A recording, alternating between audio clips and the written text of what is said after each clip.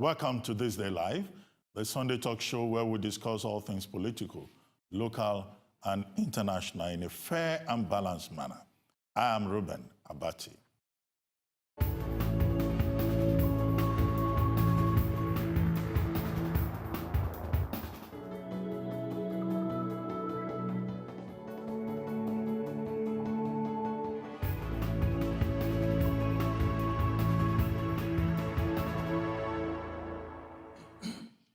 I'm Reuben Abati, your host for This Day Live, the Sunday talk show.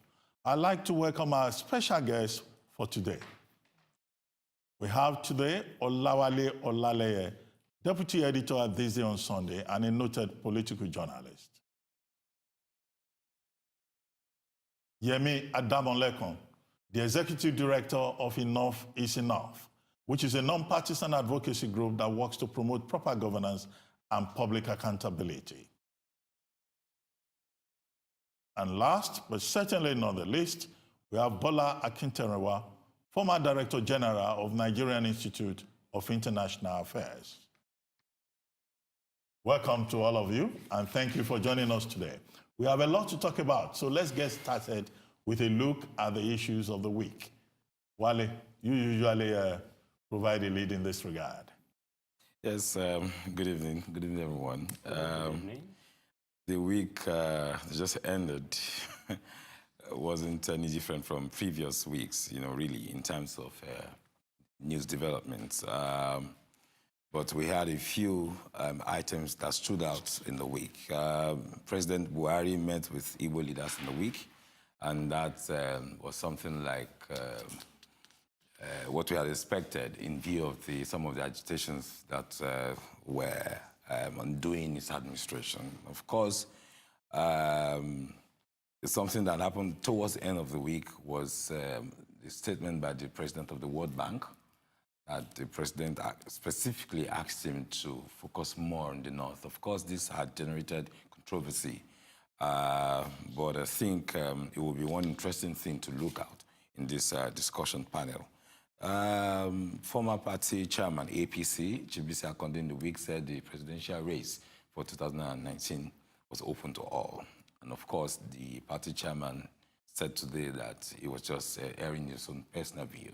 And that had ultimately unsettled the party in a way, because some people in the party felt that he went off the cuff of the agenda of the meeting in Ibadan, where he actually said that. And of course, what have been termed some kind of political realignment. Former President Jonathan met with former Vice President Atiku Abubakar, who hasn't hidden his intention to run for presidency in 2019. And of course, Atiku had been meeting with a lot of people, including PDP governors and other stakeholders in all the parties, literally. So Atiku is ahead of his ambition, more or less. We had the federal government asking the international community to designate IPOB as a terrorist group in furtherance to the local achievements in that respect. So there is a spread of monkeypox, which I think is a very serious one, and particularly concerned about the approach of government, on this. We'll look at it in due time. The Inspector General of Police went to court to ask the Senate to not probe him over allegations of about 120 billion. I don't know why somebody will ask the court not to probe him. We'll look at that too. Your friend in Ekiti, the Ekiti governor, declared half-work day over the release of his people by EFCC. The Attorney General and the Commissioner of Finance. Interesting. And a very big story too in the week was the termination of Intel still with MPA by the federal government. The Nigerian Ports Authority. Yes, authority. So that's about that really on the. Of course, I still have a lot more. I don't want to waste our time because I'm not leaving out Aso Rock clinic mess. The First Lady has been on this for a while. I think we should look at. And the daughter also. Yes, and then we lost Victor Malu in the week, the former Chief of Army Staff, Lieutenant General Victor Malu in the week. Oshibaja said he won't be running for presidency. So those of you who have been listing his name and as likely... Did he say that? He said it's not on the card, or I rather know, was he it on just the said- card? Statement to that. If No, it he was just said not, it's not on the card. Well, Yeah. I mean, let's start by looking at some of those issues in greater detail. World Bank President Jim Kim clearly has stirred up quite a bit of criticism with his recent statement regarding matters of the northern regions of Nigeria. During the World Bank Group opening press conference, Jim Yong Kim stated that President Buhari asked the organization to shift their focus to the northern region of Nigeria. The focus on this region is with the hope that as commodity prices stabilize and oil prices come back up, the economy will grow a bit more. And while it's been difficult to do so, they have obliged. However, spokesperson for President Buhari, Femi Adesina, has expressed a different sentiment, explaining what the president meant was the northeast region that has been devastated by the Boko Haram insurgency is where the World Bank should put its attention. Now, it seems the federal government is appealing to Nigerians to understand that this is not just about the North, but that this is about Nigeria. But you must have been following the controversy. So, what is going on? Because I've also read a report saying, indeed, this is true, because it looks like the North is getting everything in terms of appointments, in terms of even international support. I honestly, the president's handlers are trying to define this or look at it in terms of context. It is not a context thing. It was clear. It was unambiguous. North. There was nothing like Northeast. So why the president would rather that the World Bank dealt with the North more is what we should be debating. He's the president of Nigeria, not of the North. So efforts to salvage that blunder or presidential gaffe is even poor. In fact, more disappointing than the blunder itself. Because What are you saying the blunder is, so that I'm clear? that attention should be paid to the North. Not the Northeast. Not Northeast, North. Okay. It wasn't Northeast, it was North. It was clear. Who said North? The World Bank World president? Bank president, yeah. Or- World Bank president. So could he have misspoken? Could he have sort of, no, let's just be clear. Could he Yeah. have what's the English word? No. Superimposed That's the kind of thing they're Northeast trying to say, that it was his accent, he misconstrued. No, just superimpose the words. I mean, Northeast. For He didn't example, say Northeast. No, that's what I'm trying to say. If you're not familiar with our sensitivities to peculiar areas, the fact might be Northeast, and the World Bank president might have just said North. Let's, for the sake of arguments, let's just push that. Okay. Let's, for the sake of argument, say that the World Bank president misspoke, that President Buhari actually said the Northeast. Okay. Is there a problem there? You see, No, is there a problem there? I would think so. Why? Because there are other parts of the country that would require even more attention than the Northeast. Well, I think I agree with you. Why I'm going with this? No, Sorry. Okay. maybe if I provide some background information. Okay. Look, in the front page of one of the newspapers today, I think it's Punch. Punch, having done some investigation, indeed makes it clear that it is true that the presidency prefers the international bodies paying more attention to the North. Okay. And that story on page 2 of the Punch newspaper provides the details based on what is published by the World Bank itself. Okay. And to say that, look, in one breath, 50% of what is provided for Nigeria goes to the North. is assigned to the North. The remaining 50%, the remaining 50% is also shared with the North and the rest of the country. and the rest of Nigeria. And it's only the North that is prioritized. So the issue being raised by that story is about the politics of Nigeria and the kind of emphasis that we have seen on that disagreement. It's a leadership disposition. You can't brush it as... Let me put some context. And I think it would be very interesting if we sort of drill down at the numbers. I didn't see the report, so I can't speak to that report. Front page of the report. So if we're drilling down the numbers. Now, Obi Ezekwesili, who served as the vice president of the World Bank, I followed the Twitter thread she did yesterday. I saw the thing she and said. basically her I'm not point, impressed with that. well, I was impressed. For me, it made sense, if that is the case. Her point was that, look, the World Bank has a policy of focusing attention on post-conflict areas, because in stabilizing those areas, you're in a sense saving the rest of the country. So she said from Sierra Leone to... No, at the time, no. At the time he came in 2015, the restiveness we've seen in the Niger Delta hadn't gotten this bad. So if the conversation was if it's 2017 conversation, definitely, I definitely agree with you. I don't know but how at the well- 2015 conversation, very different dynamics. If it was a World Bank policy... Let's get these things in perspective. I don't know how well Yemi has been following the story. Yeah. But the same Obi Ezekwesili says that the government should be sensitive to the diversity of the country. No. In terms, and I think that this is the more strategic point. Her point was on communication. And I agree with her on that. No. So she defended. No, let's be very clear on what she stated, because I read She this didn't talk about diversity. No, she didn't. That's what I'm saying. Because after she made that point, that she moved on to exactly in terms of communication so and how the president yes. Yeah, so you can't say, she's very clear, and I actually agree with her sentiment. And I agree with her the sentiment. issue differently. Okay. It's not a matter for debate. The issue is this.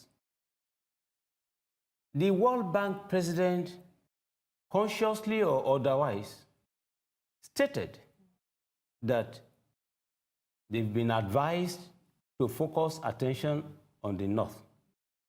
Regardless of the rationale for it, the best way to address the issue is to look at it empirically. What does that mean? How many of the projects have been located in the North? How many others are elsewhere?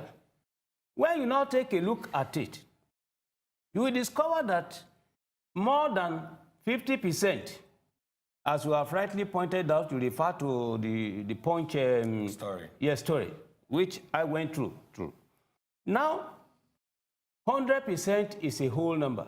You cut it into two. That's 50-50. So first of all, 50% is for the North.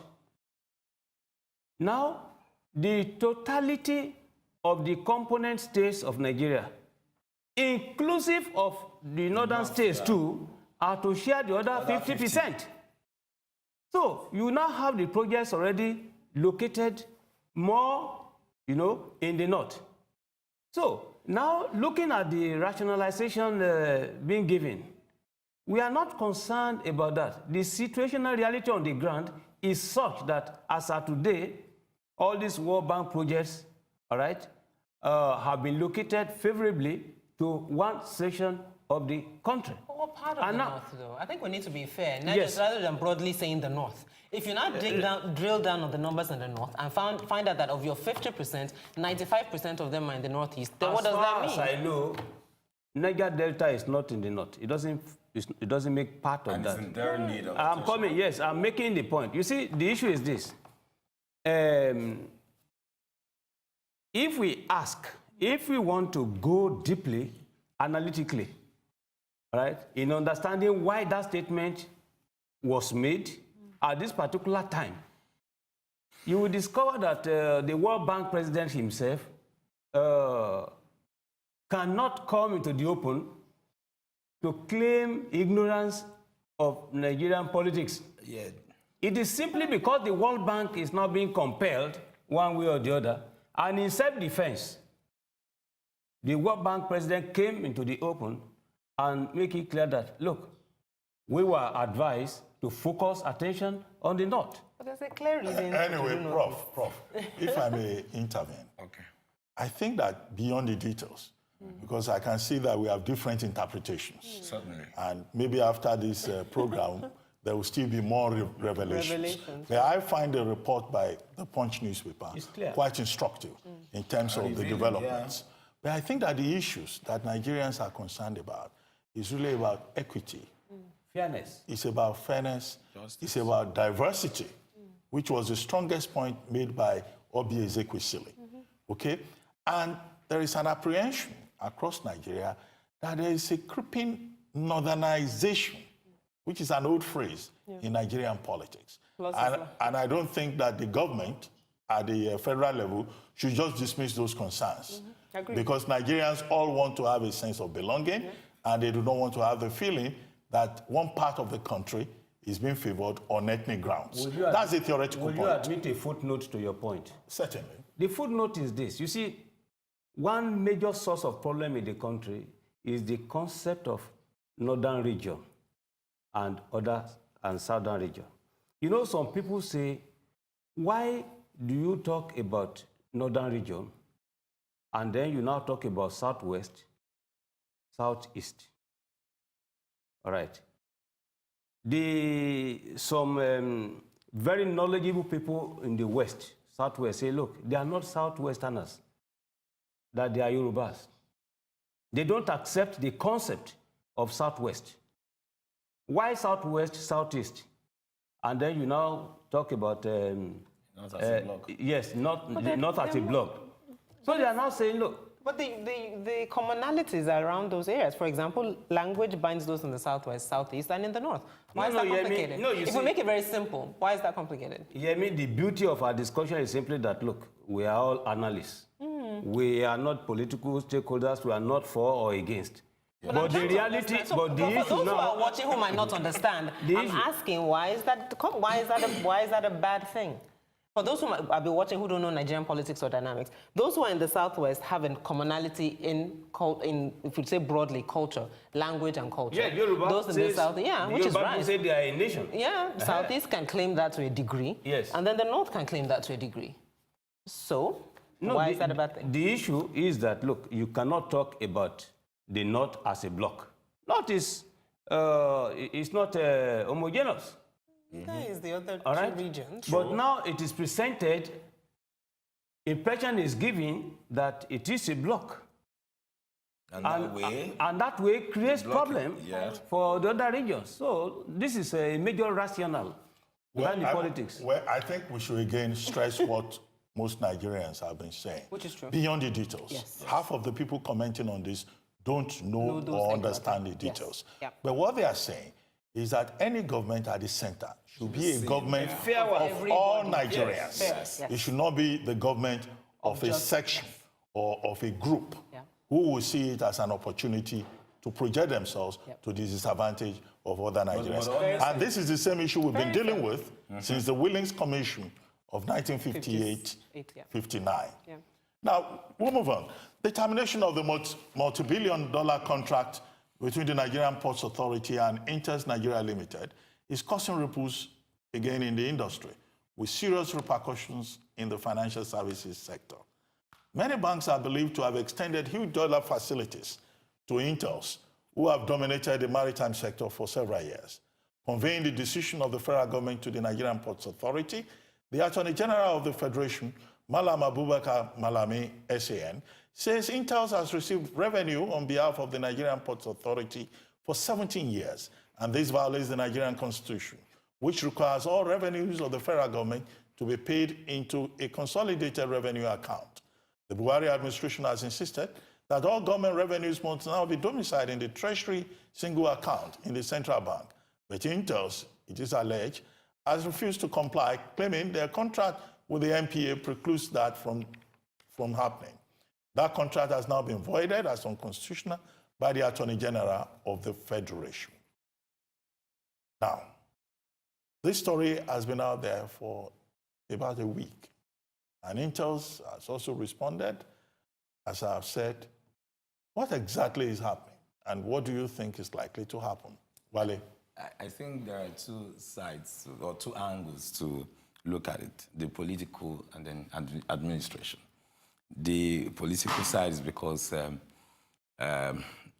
the intending presidential aspirant, that's Atiku, is heavily involved with Intels. And then this is seen in some quarters as an attempt to tame Atiku and probably cut him down in terms of finances, so that he probably would not have enough to prosecute his aspiration. That is one. The other one is the administration, which the AGF has cited, contravening constitutional provisions and not following procedures and rules. I do not see Intels winning this battle, actually. But I'm concerned about the political slant to it, because Atiku is an APC president. This is an APC administration. I would have thought that this is something they would have started with Atiku to look at, and then we see, without creating row, unnecessary attention and all that. But with this has further polarized, interest within the APC, and this will ultimately tell, in 2019 as we journey towards that year. So if the allegations being put together by the AGF are correct, then Intels might as well just let it go. That's what I think, yeah. Well, is it as simple as that? Because it may not be as simple. Intels also issued a statement. We've been negotiating with the Ports Authority. And that again, what the MPA is referring to did not exist at the time they entered into that agreement. And the simple principle, it's a tried principle in law, that no law can have a retroactive effect. Yes. So there must be something else to this. At the time the agreement was signed, Yes. was the federal government not aware Yes. of what the law is supposed to say or says? And again, are there other cases like this where there may be situations where certain things were not done properly and the contractual agreement is voidable or is null and void ab initio, in which case then nothing can stand on nothing? Well, you see, both in municipal law and international law, we talk generally about the principle of rebus sic stantibus. If you are induced into error by signing an agreement you wouldn't have signed under normal circumstance, if you did not foresee a problematic as at the time you are negotiating and signing, by the time you now come to realize that you did sign in error, please, that matter can always be considered. On the other side of that... With equitable remedies? Precisely. Now, there is another argument. Lawyers. Let's be clear. Another argument is that of estoppel. If, for instance, you make use of an argument, of a point, of an exhibit, of a position, and the court recognizes that position, all right, in the process, in the course of prosecution, you cannot come back and say that point that had been considered, reckoned with, factored into decision processes, you are going away with it. That will amount to sleeping on your rights. So when you now bring this to this case of Intels and the government, the first problem to address cannot but include how to reconcile the Constitution grown up. They are talking about the contractual agreement now conflicting with that. What was the position of the Constitution as at the time it was done? Signed, yeah. All right. Now, why will you have condoned that agreement, bearing in mind that, look, this conflicted with the So let's say the person there didn't pay attention at the time. You cannot be wrong. It is a possibility. Yeah. But the issue now is that, look, I think it is the French that have always argued that order and counter-order will always amount to disorder. So if by omission, by commission, you forgot to do what is right, then a conflicting situation cannot but be created. And now, yes, as it is now, there is no way it can be looked at as an easy matter to deal with. Because even the stakeholders, the parties at war, and the people behind the Well, I mean, organization. the learned Attorney General is making a point, which is that the Constitution is supreme, because it's the basic law. So you can't contest that. In law, it is also said a man cannot be punished for An offense that did not exist at the time at which that offense was committed. Exactly. Okay, so that's why I said earlier on that it's not as straightforward. Yes, that's why I see but the 70% politics. the offense was committed then. You have benefited from the offense up till now. Yeah. Now, if we stop it so that you stop committing an offense moving forward, who is now at fault? Well, but you know, You even made it simpler than I did. Intel You've been says, committing an offense, so it's okay. yes, Stop Intel now. says it's not as straightforward as that again. True. Because they claim that they are being owed, Precisely. you know, and they've been asking for negotiation. But I think that what is important, you know, we haven't even dealt with it. Perhaps there are other issues Of course, the people behind it. that have to do with how the Nigerian state itself is organized. Okay? Maybe perhaps there are other issues about concessioning. Yes. At the time many of these concessions were made, perhaps the Nigerian state did not have enough experience about constitution. And many mistakes may have been made. Yes. And some of those mistakes, in addressing them, I think, the effort should be comprehensive, and it should be... No, you're right. And just to sort of piggyback on that, not just experience, but also the intersection between the Nigerian state and the private sector. Because one of the things that has come up, I think, in the last 1 week as well has been the issue of Dangote and his tax breaks. And people are asking, why are Nigerians paying, I think, 45% or 55% more per bag, and he has a tax break over 10 years into the millions of dollars? You are very right. And so what does that... That's another subject entirely. Whatever it is. We'll pause here for a short break. You are watching ThisDayLive, the Sunday talk show here on the Arise channel with me, Reuben Abati. We will be right back.